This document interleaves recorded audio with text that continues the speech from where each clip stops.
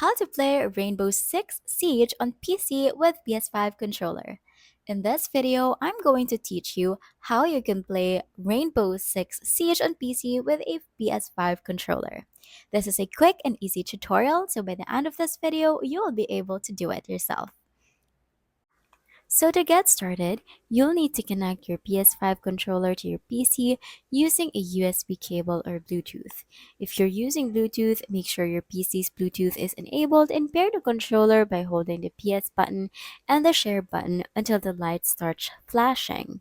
Once your controller is connected, launch Rainbow Six Siege and navigate to the controller settings in the game to ensure it's recognized and configured properly. Using a PS5 controller with Rainbow Six Siege and PC can offer a smooth gaming experience, especially if you prefer using a controller over a keyboard and mouse. However, you might need to adjust some in-game settings to match your controller preferences, such as sensitivity or button layout.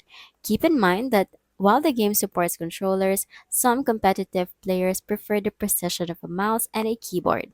And that's how you play Rainbow Six Siege on PC with a PS5 controller. Enjoy the game and good luck out there.